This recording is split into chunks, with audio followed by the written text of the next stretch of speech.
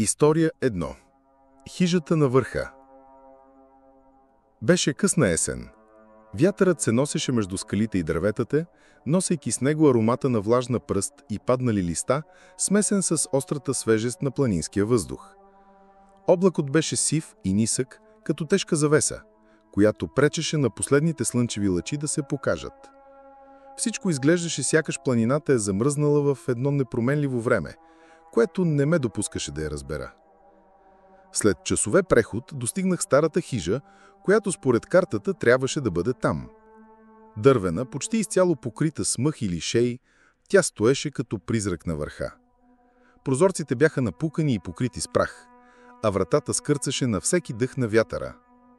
Първото ми чувство беше стрънна смесица между любопитство и страх. Мястото излъчваше пустота, но и наблюдение, сякаш някой ме чака. Влязох в хижата. Мирисът на мухала и влага беше непоносимо силен, но някак опияняващ. Сякаш събуди в мен стари, потиснати усещания за самота и изолация. Камината беше празна, а сивите сенки по стените се движеха по свой собствен начин, сякаш дишаха с мен. Първата минута премина в плахо оглеждане на помещението, когато нещо ме накара да спра. Чух стъпки. Леки, бавни и несигурни, идващи от тавана. Вероятно е просто сова или дърветата отвън, промълвих на себе си, но гласът ми звучеше странно чужд, почти като че някой друг го е изрекал. И тогава я видях. Фигурата стоеше в ъгъла на стаята, в сенките. Първоначално мислех, че съм измамил очите си, но очите й, ако въобще можеше да се нарекат очи, бяха празни в длъбнини, черни като бездна. Лицето й беше гладко и без черти, сякаш полировано. Тялото й беше извито, неправилно, с крайници, които изглеждаха твърде дълги и нестабилни, за да принадлежат на човек. Сърцето ми започна да бие така силно, че сякаш щеше да изскочи от гърдите ми. Опитав се да изкрещя, но гласът ми се загуби в стените. Фигурата не мърдаше, но усещах как ме наблюдаваше с всяка частица от присъствието си. Стъпките й в хижата сякаш се умножаваха. Понякога тихи, друг път силни и отчетливи, сякаш някой вървеше върху дървени дъски и кристали едновременно. Реших да избягам, но вратата беше се сляла със стената.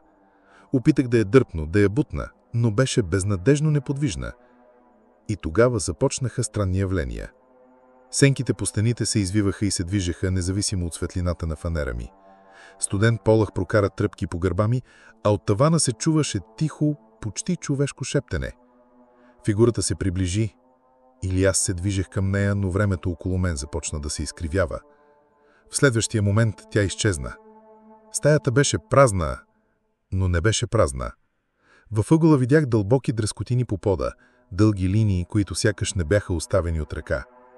Когато се наведох да ги разгледам, усетих как подът под мен леко потрепери, като че ли хижата диша. И тогава почувствах ледена ръка върху рамото ми. Обърнах се бавно. Нямаше никого. Само тъмнината изглеждаше скъстена, сякаш плътна материя, готова да се свие около мен. Всеки мускул в тялото ми беше в готовност за бягство. Реших, че ще опитвам през прозореца. Изпълзах къс него, паднах в клъба от листа и пръст, дишайки тежко. Когато погледнах към хижата, тя вече не беше просто стара постройка. Сянката й се преливаше, движеше се почти живо. След този ден не се върнах там. Но нощем, когато заспивам, усещам присъствието й. Тъмната фигура стои във ъгъла на разстаята ми, без лице, без очи, и ме наблюдава. Понякога чувам тихо стъпки или шептане, което не мога да различа, но винаги знам, тя е там. И знам, че ако някога се върна в планината, хижата ще ме чака и този път, може би, няма да оцелея. История 2. Сенките на града. Беше средата на зимата. Градът беше обвит в мъгла, която сякаш гълташе звуците. Стъпките ми по асфалта отекваха като удари на камбана. Улиците бяха празни, а уличните лампи хвърляха бледа, жълтеникава светлина, която се отразяваше от мокрия асфалт. Въздухът имаше метален вкус и мирис на изгоряла мазнина от близката пицерия, затворена за вечерта. Аз се придирах към квартирата си след късна смяна. Краката ми бяха изморени, но не можех да спра да наблюдавам сенките около себе си. Внезапно забелязах нещо странно. Фигура, изкривена и с прекалено дълги крайници, която се движеше по тротуара срещу мен, но без да оставя отпечатъци. Първоначално си помислих, че е някакъв бездомник или пиян човек, но когато се приближих, фигурата изчезна. Първото чувство беше объркване, после страх. Опитах се да се убедя, че умората и мъглата ми играят трик, но сърцето ми продължаваше да бие учестено. Когато тръгнах по малка уличка за кратък път, усещането за присъствие ме накара да спра. Имаше нещо. Не човек. Не животно, просто присъствие. Топло и студено едновременно, което караше косата ми да се изправи. Тогава чух стъпки зад мен. Леки, бавни, като че ли някой върви по моя ритъм, но когато се обърнах, улицата беше празна. Вятърът утихна внезапно и светлините на лампите започнаха да трептят. Сенките около мен се удължиха по начин, който не беше възможен, и образуваха силуети, които се движеха независимо от източника на светлина. Фигурата се появи отново, този път по-близо. Лицето й беше гладко, без черти, а тялото изглеждаше като огледален образ на собственото ми движение. Когато аз се наклоних, тя се наклони едновременно, но с малко закъснение, сякаш ме имитираше. Погледнах наоколо. Нямаше никой друг. Никой не би могъл да види това. Сърцето ми беше в гърлото ми. Опитах се да овкоря, но краката ми сякаш се движеха по-бавно, като че ли самият въздух беше сгъстен около мен. Стъпките зад мен също ускориха ритъма, но звукът не идваше от улицата. Идваше от мен самия. Изведнъж сенките наоколо започнаха да се събират към фигурата, образуващи мъглива, жива маса, която се движеше с нея. Усетих студ, който прониза костите ми, а сърцето ми биеше толкова силно, че мислех, че ще се пръсне. Вдигнах ръка, сякаш да я отблъсна, но въздухът около нея се сгъсти като невидим преграден стъклен купол. Фигурата се приближи още повече, докато аз се доближавах до стар склад, който знаех, че е празен. Влязох вътре и заключих вратата. Вътре беше тъмно, но безопасно. Или поне така ми се струваше. Дишах тежко и опитвах да се успокоя, но усещането, че ме наблюдават, беше непрекъснато. Тогава чух шепот. Нисък, хладен, почти човешки, но неразбираем. Той идваше от самата стена. Когато погледнах, сенките по стените се извиха в странни форми, които не приличаха на нищо познато. Фигурата стоеше пред мен, но видях и други. Стотици отражения на собственото ми тяло, всички без лице, всички същият гладък празен вид. Изведнъж се стреснах и се обърнах да изляза, но вратата беше изчезнала. Стените се приближиха, подът под мен се наклони, а сенките започнаха да се движат по-бързо, сякаш сами живееха. Усетих ледено докосване по рамото ми. Обърнах се. Нищо.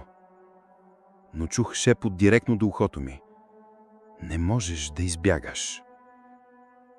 След това внезапно се събудих на улицата, сам, в мъглата, без да помня как съм излязъл. Фигурата и сенките бяха изчезнали, но усещането, че ме следят, остана. От тогава избягвам малките улички вечер и никога не вървя сам в града след здрачек. Но понякога, когато стоя на тъмна улица, виждам как сенките се движат малко по-бързо от нормалното и знам, че някъде там, в мъглата, скинуокърът ме наблюдава. История 3. Нощният поход. Беше късна пролет, когато реших да направя нощен поход в гората. Мястото беше отдалечено, високи дървета с дебели корени, които се вплитаха в пътеки като живи въжета. Луната едва се показваше през плътния навес от клони и листа, хвърляйки слаба, сребриста светлина върху мъха и камъните. Въздухът беше тежък, наситен с мирис на влажна земя, иглолист и паднали листа. Тръгнах сам, наслаждавайки се на тишината и звука на собствените стъпки. Но след около час нещо се промени.